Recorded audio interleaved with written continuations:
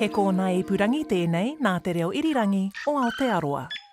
This is Mediawatch. I'm Colin Peacock. On the programme this week, well, they say a week's a long time in politics, and it's been a pretty long one for RNZ too, since the revelation of editorial failures in its international news online. Now, some analysts are citing global state-sponsored campaigns at work in the media, propagating propaganda. But is all that a bit paranoid? Good timing for a Harvard University expert in that to turn up in this country. To use this vehicle and that legitimacy to spread this propaganda, I think, is one of the most important pieces of this puzzle that we would need to explore more. But first, we look back on how the inappropriate edit saga developed this past week at RNZ and what the consequences could be for all our news media when the dust settles. I haven't really been following the news. It's not unusual for you on this show, Mel. We never expect you to, but we still invite you on. Okay. This feels like a real estate agent describing a great view.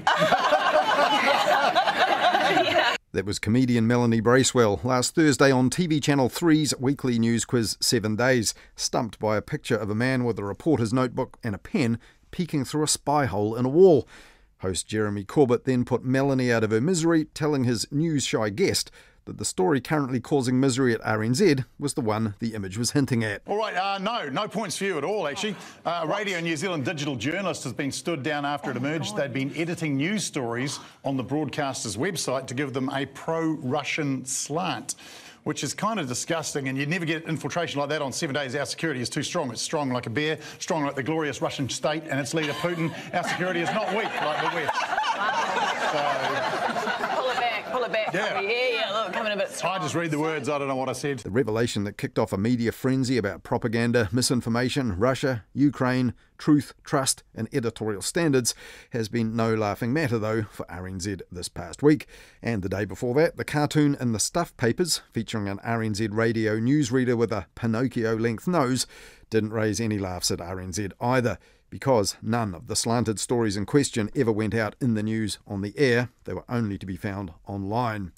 And this was a significant distinction, as it turns out, because the checks and balances aren't quite the same, or made by the same staff, as Morning Report host Corin Dan told Morning Report listeners and Mediawatch last Monday. In radio, for example, a reporter writes a story, sends it to a sub-editor who will then check it, and then there's a newsreader has to read it. There's a couple of stages. Maybe even a chief reporter would have checked it as well. Yes. What I'm trying to establish is what sort of checks and balances were there to ensure that that world story was properly vetted and checked.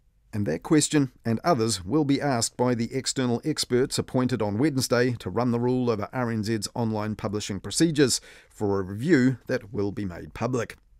Now, on Thursday, a similar point about oversight was made by a former RNZ colleague of Corin Dan, Brent Edwards, now the political editor at the NBR. For a couple of years, I was the director of news gathering, and in that role, I essentially had a large responsibility for RNZ's news coverage. But I technically had no responsibility whatsoever for what went on the web. That's completely separate. Digital is separate from news. And so, I think that partly plays into it, and I would imagine from this panel that's set up, maybe one of the recommendations they might make would be that digital should be integrated as part of the news division, and therefore a lot more editorial control then imposed on what goes on the web. And in that NBR interview, Brent Edwards went on to say that the review of all this could end up doing all news media a favour. And as NBR colleague Dita Daboni pointed out in that interview, the circumstances will have echoes at all other New Zealand media which have gone digital. But for the grace of God, go other outlets. I mean, I worked at TVNZ and there was a rush to digital as well, and this, lots of resources going in, but little oversight from the main newsroom. Well, this weekend, a minister in the former National-led government, Nathan Guy, told the News Hub Nation show what he wanted out of the RNZ review. And heads need to roll in RNZ. If I was the broadcasting minister, I would be publicly saying I'm really disappointed. I want the chair in my office. I want to hold RNZ to account. I want time frames. I want accountability, because we just can't afford to have our public broadcaster tell unfortunate mistruths to the New Zealand public. But in that same discussion, Newsroom's co-editor Mark Jennings told Nathan Guy that RNZ's low-budget digital news transition happened under his government which froze RNZ's funding. It's all my fault. His government underfunded Radio New Zealand. No, they did. They totally did. So suddenly it's the national government's issue for editorial oversight.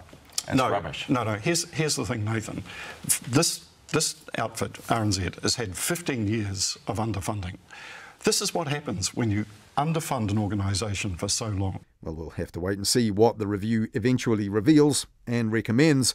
But after all the headlines that this story has generated over the past 7 days, RNZ might actually have been happy if more people, like Melanie Bracewell on the 7 Days show, hadn't been following the news lately. But she was still pretty quick off the mark last Thursday on 7 Days, with this quip just after Jeremy Corbett had put her in the picture. I love this Russia strategy to be like, first we take New Zealand's 4th best and 4th most popular news site, then the world. Well, it was just a joke, obviously, but this week some people have been wondering whether the Russian government, as opposed to the National and Labour-led ones here down the years, might also have had an influence on creating this problem. And later on the programme, we'll ponder that too. But on 7 Days this week on TV Channel 3, host Jeremy Corbett was closer to the truth, sort of, when he said this. I know that RNZ have come out with a statement that says, in our defence, we didn't actually realise anyone was reading our stories. Well, that of course wasn't RNZ's actual defence, but it did actually explain just how it took so long for the dodgy news agency stories in RNZ's online international news to become newsworthy themselves, and how that happened over a period of years has been a big story since then, especially for RNZ news programmes themselves. An RNZ web journalist who allegedly inserted Russian propaganda into news stories claims he has edited reports in that way for 5 years and nobody has ever queried it. Lisa Owen on Checkpoint last Monday after she spoke to the RNZ journalist at the centre of what's become a media storm. One News can reveal tonight a group of Ukrainian New Zealanders complained about what they felt was Russian propaganda at Radio New Zealand. So it could be a paid agent of influence, or it could be what you call a useful idiot, a person who honestly believes he's expressing his own views, in reality expressing the enemy propaganda.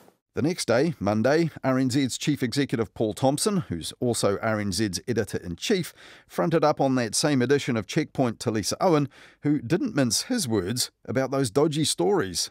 RNZ boss and editor-in-chief Paul Thompson has described the altered copy as pro-Kremlin garbage. And RNZ was now taking out the trash in public, listing the corrupted stories, which had now been corrected, in a living document on the RNZ website, and adding to the roll of shame as they found more each day. And though the editorial buck stops with the editor-in-chief, he told Lisa Owen he didn't consider it resignation worthy. Has anyone else in management offered up their resignation? No. Do you think some of them should? No, I don't. I think this is a time for us actually working together to fix the problem, breaches of our editorial policy. The only good news in this was, Paul Thompson said, that it was confined to a small area of what RNZ does. But by the following day, RNZ had found 6 more stories concerning other countries that had also been edited in terms more favourable to the ruling regimes of China, Cuba, the Palestinian territories, among others. And these were also supplied originally by the reputable news agency Reuters. Now, as we said last weekend here on Mediawatch, Reuters clients, like RNZ, are allowed to edit its stories to change the length and the style and the spellings, but clients must not, in the words of one contract seen by Mediawatch, distort the meaning. And Reuters were even saying no comment this week to their own Wellington-based reporter until Tuesday, when she was able to quote a Reuters spokesperson as saying, Reuters has addressed the issue with RNZ. But what about RNZ's relationship with its own audience and stakeholders here? Well, in Monday's morning report, Massey University's Programme Leader for Journalism, James Hollings, called on the Minister of Broadcasting to act. I note that under the Broadcasting Act, the Minister of Broadcasting has the power to require or to ask the Broadcasting Standards Authority to investigate. They don't have the power to investigate themselves, but they can be asked to by the Minister, and I think the Minister should exercise that power. If this was the BBC, for example, they'd be in front of a select committee before you could say beep. The Broadcasting Standards Authority has no power over the online digital content of any broadcaster, only over stuff that goes out over the air.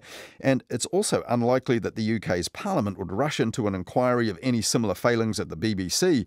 The UK's public broadcaster has layers of accountability before it could get that far, though the UK's media regulator Ofcom does take digital content into account. Now here, the government has a proposal currently to replace existing media watchdogs that were set up before the internet existed, and that would extend media regulation to online content as well, as TVNZ's Simon Mercet pointed out on One News last Monday. Online news content here is self-regulated by an industry group.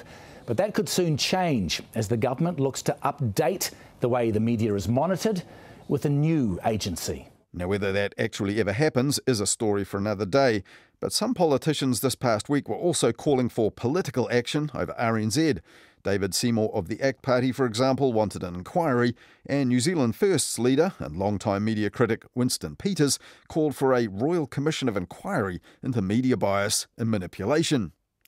Now, there have been many reports in recent years about Russia seeding mis- and disinformation abroad, notably as far back as the 2016 election in the US. And on Tuesday, the Prime Minister was asked about that on Morning Report. Russian bots, Russian trolls. Does this not raise any red flags with you around those issues? Well, certainly if RNZ wants the support of any of the intelligence agencies in terms of the work that they are doing, there are avenues for them to request that. Do you think that is necessary, given what has happened here? Do you think in terms of confidence that would be useful? As I've indicated, I think it's important that I don't interfere in that.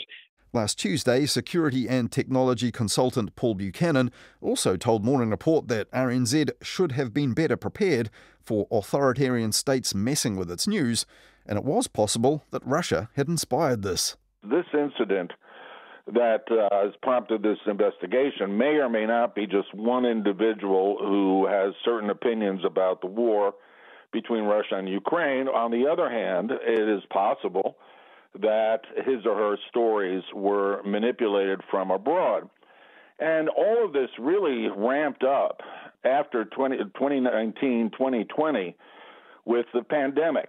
And there was an irony in Morning Report going to Paul Buchanan over this. He was one of the people RNZ turned to add balance to the story back in May 2022, all about criticism of the New Zealand government's position on the Ukraine war. The story which first rang alarm bells at RNZ, but as it's turned out, not quite loudly enough. But is it really possible or even probable that Russian state-sponsored media manipulation could be at the heart of this? Well, back in March, the Acting Director-General of the SIS told Parliament that malign foreign influence is being brought to bear on New Zealanders online. Purely around the state trying to, in a coercive, disruptive, in a covert way, influence the behaviours of people in New Zealand, influencing their decision-making. While John McKee named no names or nations at the time, his GCSB counterpart Andrew Hampton told MPs that research had shown Russia was the source of misinformation that many Kiwis were consuming in the lead-up to the occupation of Parliament last year.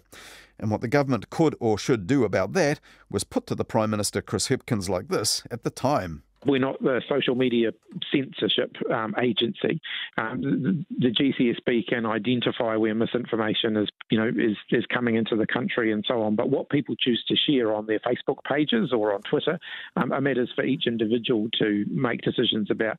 The following day on RNZ's panel, former Prime Minister's Science Advisor Sir Peter Gluckman said that media now needed to check themselves and check what they publish to foster greater public trust. How all of us behave, the media, the politicians, members of society, will determine the shape of the society into the future. Sir Peter now heads Koitu, the Centre for Informed Futures at Auckland University, and last week it released a new report called Sustaining Aotearoa New Zealand as a Cohesive Society. And this week he invited the country's media executives and Mediawatch to a special discussion of disinformation and media manipulation. Now, this was arranged long before RNZ's current problems arose, but last Wednesday there were no prizes for guessing what dominated discussion on this theme. But has it all done real damage to RNZ or indeed the wider media?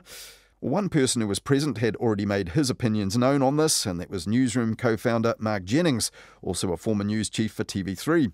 And in a piece called Media Shooting Itself in the Foot, Mark Jennings said that surveys have picked up a decline in trust in news media here, and The road back for the media just hit a major speed bump. And Mark Jennings said this about that on the News Hub Nation show this weekend, on which RNZ's chair had declined to appear. Jim Mather should have been sitting here today explaining what this inquiry is going to involve, what questions they're asking, and what they're going to do with the results, particularly to build back trust for Radio New Zealand. Its trust has been hammered over this. And also among the participants at the Koitu workshop this week was media consultant and commentator Peter Bale, who's previously worked overseas for the news agency Reuters, as well as the likes of the Financial Times and CNN. He's also now the leader of the Newsroom Initiative at the International News Media Association, which promotes best practice to help put news and journalism at the heart of publishing. I think, as we know from the COVID period, the parliamentary protests and so on, that trust is a problem. But I really feel for RNZ in this, and for the chief executive and for everybody else there who does generally a great job. The issue of trust here, I think, is not so much in RNZ. It's in this person's relationship with their employer and their relationship with the facts. You know, this has been a breakdown in trust by a trusted employee. You shouldn't necessarily need to have a second or third pair of eyes when managing or editing and processing a Reuters story that's already gone through multiple editors. You know, and I used to work there for 15 years. Reuters stories not only have the byline from where they were written and by whom they were written, but they also have a sort of sub-byline at the bottom, which includes who edited it, you know, who touched the story all the way through.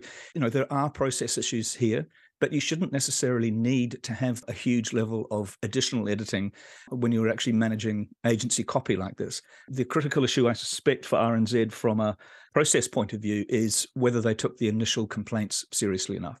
That is a relationship issue. The fact that Ukrainian people or supporters of Ukraine had raised this issue, the fact that I think another journalist at RNZ had raised this issue last year, that might be a critical issue about how quickly you respond to these things. And I used to have, when I did big editorial jobs, a kind of reputational risk piece of advice to all my team.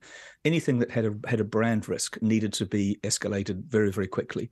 And you can't always tell what those things are going to be, but it never looks good when you knew about a problem and didn't address it in the earliest possible stage. Yes, indeed. So internally, that story was flagged on the day it was written, that there were balance problems with it, and then again, some months later by the Ukrainian community. It was before the actual inappropriately edited wire stories came to light. And I think there's been a little bit of too florid language used about this. This person has inserted what are, in some people's views, genuine talking points from those who understand or wish to support or want to have expressed what the Russian view is, that NATO encroachment was a real thing, that there were Nazis in the Azov battalion in eastern Ukraine. You know, a different perspective in virtually everything I've seen that this person inserted, you know, including the weird things that they put into the Hamas story, or the story about the Gaza Strip.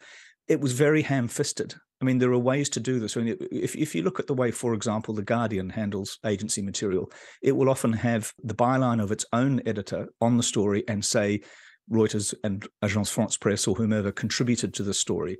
You could have inserted the Russian perspective on this to highlight the fact that there is a different view about things like the Orange Revolution when the pro-Kremlin leader in Kiev was overthrown. But it isn't a completely unheard of view, and I don't think it is necessarily Kremlin propaganda as it's been described. It was just a misguided attempt to bring another perspective, I suspect, but it still represents a tremendous breach of trust by this person. Well, on that though, Peter, if I can interrupt you, because you know people are now seeing offshore headlines about this, and news organisations overseas quoting the CEO as saying the material published ended up as pro-Kremlin garbage.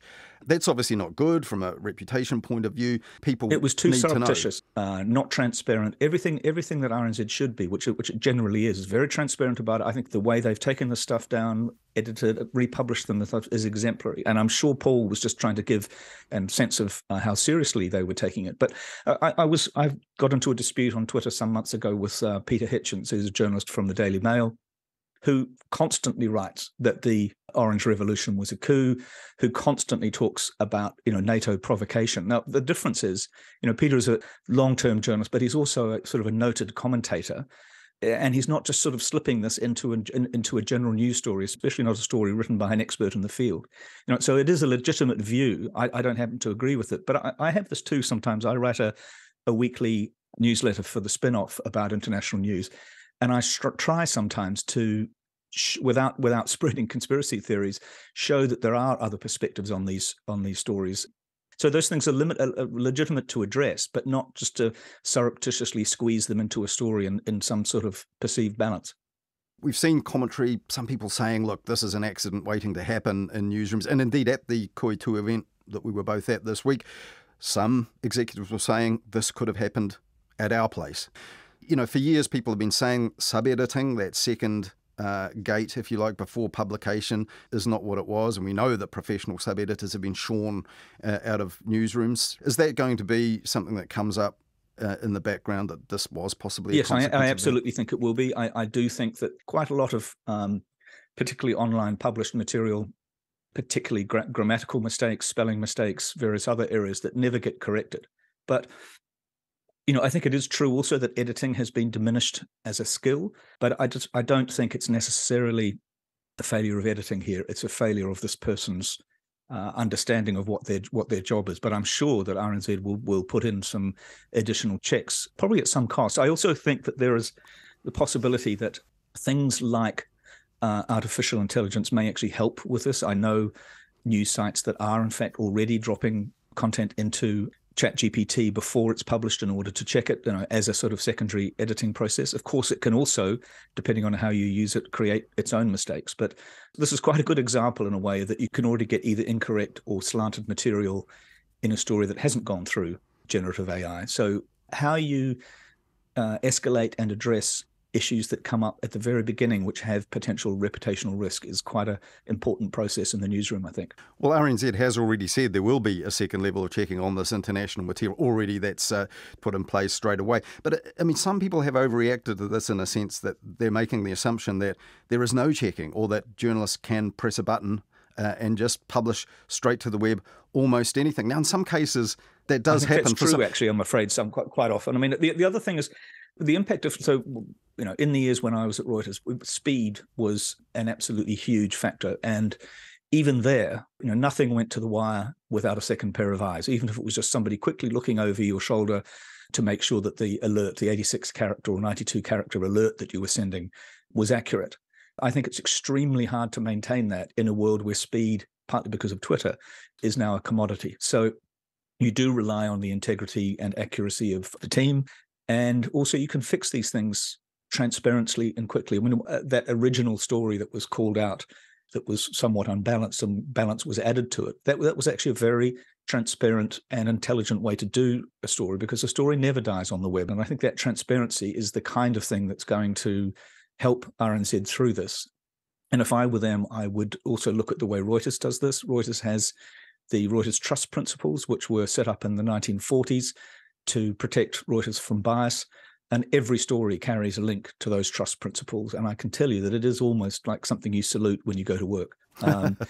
The vast majority of stuff does go through two eyes of news content. Yes, even non-news content does get checked. But it is unfortunate for the people that work in this area, that RNZ, that people are now kind of assuming almost that the stuff isn't checked by multiple eyes. It certainly is. And probably the subbing processes are, at least as good as newsrooms of scale. Yes, no, I imagine New they are. Zealand. And this is not so much a mistake as, I say, a breach of trust by this person, I would say, but that then becomes an employment issue. But I think RNZ should be able to turn this to its advantage. They've acted quite quickly, apart from that issue of not necessarily taking it seriously enough last year. But the transparency with which they're dealing with it now, and this kind of forensic process of showing us what they're doing to the stories and editing and showing us what was wrong, is really good. And I can say that I've written Mediawatch material features to be published on Sunday morning along with the program, and a web sub has contacted me on a Sunday morning having a look through it to say, did you mean this bit? Is this part slightly ambiguous, not clear? Yeah. Just clarifying this. And indeed, it has been tidied up. You have a role at the International News Media Association, which is all about best practice. And it's not just about news, right? It's about the publishing business. So there's, systems, processes, even software, all those sorts of things that go into a modern publishing business, news being one of them. is the kind of mega issue in the background here that there's been a diminution of editing.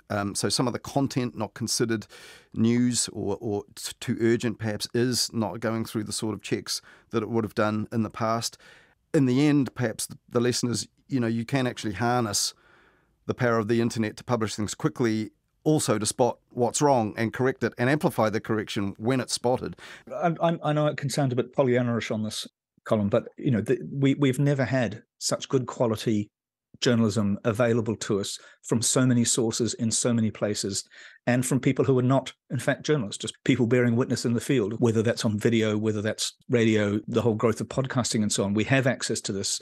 I think in this kind of case, I am certain that it is not impossible to write some software that would do a comparison with what's going out as to what came in order to avoid this kind of check with stuff like Reuters. I mean, the Associated Press has software that checks the origins of quotes to see whether its material is being quoted out of context, partly to track who's paying them and who's not.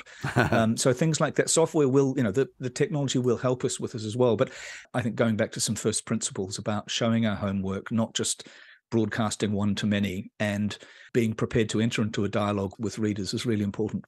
One thing this has thrown light on is the fact that international news isn't really a priority at RNZ. It's a small public broadcaster by international standards, so RNZ hasn't had a foreign correspondent anywhere for at least 20, 25 years. And very few reporters actually get to make reporting trips overseas anymore unless it's to do with New Zealand politics or prime ministerial visits and things like that. Yeah, no, I think it is a problem. And I wrestle with this because I haven't lived in New Zealand for a long time, but I feel that in the many years that I've been away, New Zealand has become much more inward looking, and that includes the media. And I think that's for very good reason. There's been some really huge domestic issues to be dealt with. But I think we did used to be more outward looking. NZPA used to have bureaus in Canberra, Hong Kong, London, Washington. I think RNZ does its absolute best with this, talks regularly to people in New York and Washington and Canberra. But there isn't the same team, really, that used to be overseas serving what they perceive to be New Zealand interests. And I think that gets reflected in politics as well. I was extremely surprised that Nanaia Mahuta went to Beijing without any New Zealand reporters with her, for example. Well, Peter, you mentioned earlier that some of the inappropriate editorial additions as concerning Russia and Ukraine were in fact minority views perhaps, but that are raised in other media. But some commentators have said, it was discussed at the Koitu event as well, the possibility that all this in the end, no matter how it was done, was prompted by this backdrop of Russian intervention, online propaganda, and a kind of overall goal of destabilising public institutions and life in places that are deemed by Russia to be in opposition to them, particularly over the Ukraine war. Paul Buchanan on RNZ even said, RNZ should have been prepared for this. Do you agree with that, or is it? I don't. I agree with the threat. I don't believe that is the case in this particular incident with RNZ, but I think we need to be ready for it. As we saw with COVID and with the parliamentary protests, we need to be prepared for really aggressive US-style tactics. And that's going to come both from the right, but also from the kind of chaos-driving hybrid war techniques that Russia is particularly brilliant at. They're very skilled at twisting the stories. There is a residual anti-Americanism, if you like, which then also becomes an idea that the media is in league with the establishment and therefore with the Americans. And that's, New Zealand is a country it's in Five Eyes. All of this stuff is quite important, but there is a sort of knee-jerk reaction that, America must be doing something untoward and suspicious in everything that it does. There is a sort of tendency to have that view. But no, I don't think in this particular case that it is to do with the spread of disinformation or misinformation by Russia. I think this is a different set of problems, but I think we do have to be on guard against that. And if we go back to where we started, perhaps the discussion at the Koitu workshop about, is this going to be damaging to trust? The analogy with air travel came up. Lots of flights successfully landing, taking off, one plane crash lands, but nobody dies. Does that mean people are going to abandon that airline, in this case RNZ, or maybe even lose faith in all airlines to transport them safely? Or do people acknowledge the fact that most flights take off and land successfully and there's no problem? I think that's a slightly ridiculous metaphor, but let me address it. Well, in terms of whether people would actually stop listening to RNZ, because if this thing went wrong, what else is going wrong there? I think RNZ has to address the problem. And one of the reasons we don't have so many plane crashes anymore is that pilots have, really disciplined, effective checklists, and they have a set of processes, that it isn't just random. You need checks and balances through the process of this. It's too important for things not to go live that have buried landmines in them. I just think that this is a very specific issue. In a way, it's good that it's come up ahead of the election, because it will make everybody reflect a little more. But I do think part of this is about process. But processes are only as good as the people who are implementing them as well. That was Peter Bale, media consultant and commentator who previously worked overseas for the news agency Reuters, as well as the Financial Times and CNN. And he's now the leader of the Newsroom Initiative for the International News Media Association. And he's one of several media editors and executives who attended a disinformation and media manipulation workshop organised by Koitu, the Centre for Informed Futures at Auckland University, last Wednesday.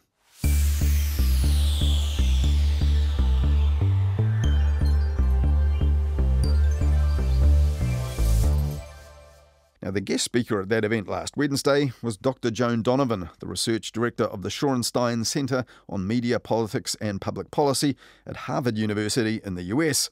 And she's also the co-author of a recently published book, Meme Wars, The Untold Story of the Online Battles Upending Democracy in America. Now, she researches and tracks the sources of misrepresentation and misinformation in the media and the impact they have on public trust in media organisations and on democracy itself, and also how our media can prepare for it and defend themselves. And some of that also centres on Ukraine.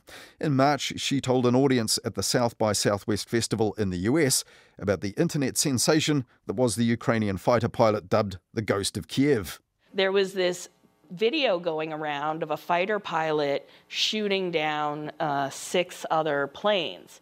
At that time, it was very popular hashtag around send planes. There was a very big movement for Ukraine to have planes, and the diaspora was pushing it. So when this video hits, people think Ukraine has gotten planes and that the Ghost of Kiev is shooting down these Russian planes, and it's a moment of jubilation.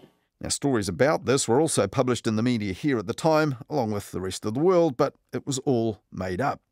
And a year ago, Joan Donovan appeared on NPR radio in the US and said that established credible radio news shows were the best way to dodge dodgy information. In this minute, I think turning on your local news at 5:30 or tuning into the radio is going to prevent you from, one, sharing potential propaganda, and it's going to give you the best and most current information that has been verified. Good to know, but at the point where 15 supplied news stories had been found to be inappropriately edited by RNZ, Joan Donovan took to Twitter to say, "This is wild, fake news has reached new heights." But set against what we've seen in US politics and society, and about Russia and Ukraine around the world, is it really that bad? I have heard of things like corporate espionage before, and these ideas that, let's say in the banking industry as well as in technology, might sometimes be infiltrated in some way so as to get secrets. And usually what you see is the spoofing of a website or a URL in order to look like you're a certain outlet, distribute disinformation that way. It's very unlikely that someone would go in and work a job 9 to 5 and then be editing articles without proper oversight. So in this context, I think when it comes to one country wanting to insert their views into another country, even though New Zealand is very small, it does track that this would be a way to influence a very large group of people. I don't think any of us know the degree to which this could be an international operation or not. Yeah, so and you described in your talk today, outfits on the leaning to the right of US politics have created news-like products, make it like a news kind of program, but of course inject their political views over the top of it. And I mean, this is effectively just an example of this, where you have a neutral kind of copy from a Reuters news agency on a public broadcaster's website that's supposed to be not leaning one way or the other politically and overlaying it with politics. In a sense, it mirrors those sort of actions that you have to track online in the US. What you learn is that they're patterned, that they happen over and over and over again until a news agency or platform company figures out a mitigation tactic, whether it's removing that link from search or writing critical press or debunking those stories. But this idea of being situated within the newsroom in order to spread these ideological opinions through a vehicle that is supposed to be value neutral and non-partisan strikes me as particularly insidious. It's hard to tell, because how long would this have gone on if it hadn't been discovered? When I think about the fallout of it, yes, of course, undermining the legitimacy of Radio New Zealand, but first and foremost, using the legitimacy of Radio New Zealand to, in a parasitical kind of way, Radio New Zealand is the host organism, and to use this that vehicle and that legitimacy to spread this propaganda, I think, is one of the most important pieces of this puzzle that we would need to explore more. Well, all this is under investigation at RNZ. They've appointed a panel of people to do this. But just in general terms, your field of tracing, tracking, identifying media manipulation, there is a problem for the media, isn't there, when you find cases of it? Should news media report and risk amplifying it? Is there a trigger which says, okay, this needs news media scrutiny? The first thing you need to do is make sure that the title only bears the truth. So you don't want any leading headline that makes people think that this is a story about disinformation. You want them to think it's about a particular fact. And then you want to create what's called a truth sandwich, where you do truth in the middle, you sandwich in the disinformation, and you let them know what the logical fallacy is or what the lie is, and then you want to package the bottom with more truth and help the audience understand what they should take away from this, because repetition is one of the biggest ways in which we see people continuously fall for disinformation, because must be true, multiple outlets are reporting on it. So you don't want to fall into that trap as a journalist. You want to make sure that the truth is upfront and that your audiences understand what is the lie. You would have heard our media representatives here today, senior editors, some of them saying, look, we are the ones that abide by standards, and we are almost irritated, would be one way of putting it, by the notion that this is their problem to solve or they need to react to it.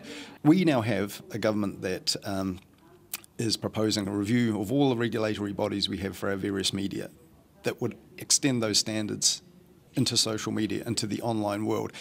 Of course, in the US, you would have First Amendment, free speech, hurdles in the way of that. But do you think it sounds like the sort of thing that is a good thing to do, to try and impose some standards online in line with the sorts of ones the news media already are obliged to uphold? Yeah, you have to think about it, though, differently about who's going to uphold those standards and ethics, and that has to happen with the platform companies themselves.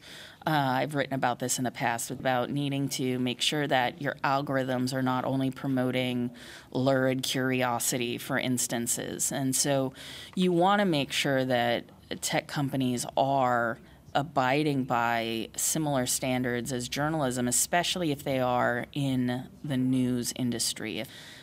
Social media for a long time has been able to, as a company, scale without any kind of consequences for what it means as a product to serve the customer interest. We treat social media enforcement a lot like speeding on the highway. You have to get caught.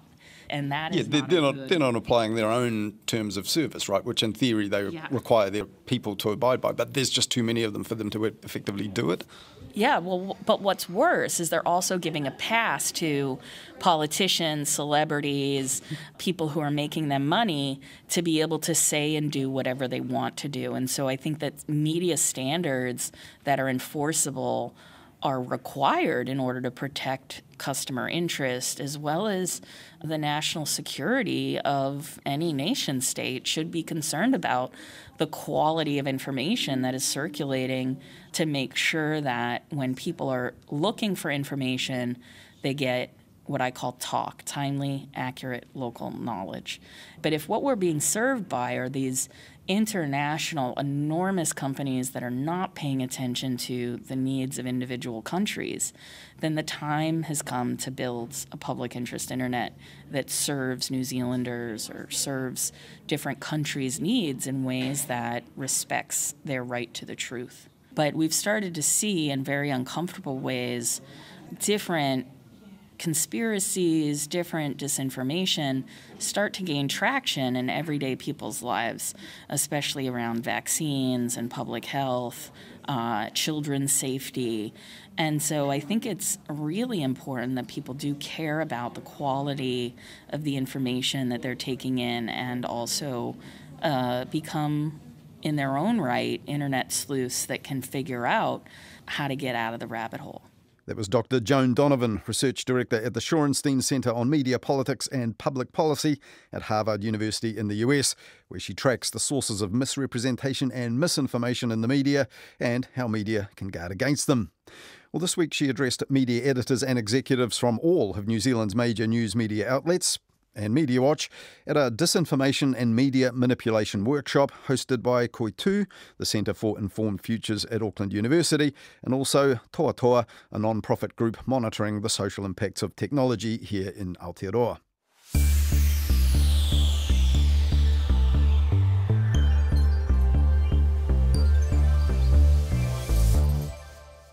Well, this past week it wasn't just RNZ which had to go public about stories not fit to print. A major paper also had to pull a section-leading weekend feature from its website after the story turned out not to stand up to scrutiny, although the publisher didn't quite make it clear how. Hayden Donnell looked at that in this week's Midweek Media Watch, talking to Anna Thomas last Wednesday on Nights on RNZ National. And among other things, they also talked about the intense media focus right now on political party leaders' choice of words, both when they're on and off message. Whether radio listeners can weather the long weather forecasts. 20 seconds later, I'll find I've drifted off. I'm in another place. Yeah, all our listeners tonight, they are hot on this weather. And the battle over the reputation of Australia's most famous soldier, who became a media executive and then went to war with a rival media company with the backing of a billionaire media mogul, but lost. Only Kerry Stokes can answer the question as to why Kerry Stokes has spent a fortune pouring absolute shit over part of the media and backing a man who is now found to be a war criminal. We've cared about one thing only, which is the truth.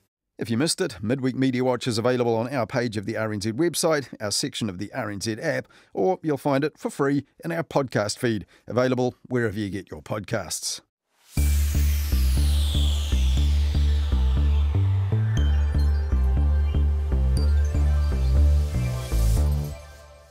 And finally this weekend on Mediawatch, as we heard earlier, RNZ has discovered just how much words matter when reporting serious stuff like the war in Ukraine. But even when it's not a serious matter, the wrong words can convey the wrong meaning. And so indeed can the right words if they're in the wrong order. On Monday, TVNZ's 7 Sharp show visited Wellington's brand new attraction and described it this way.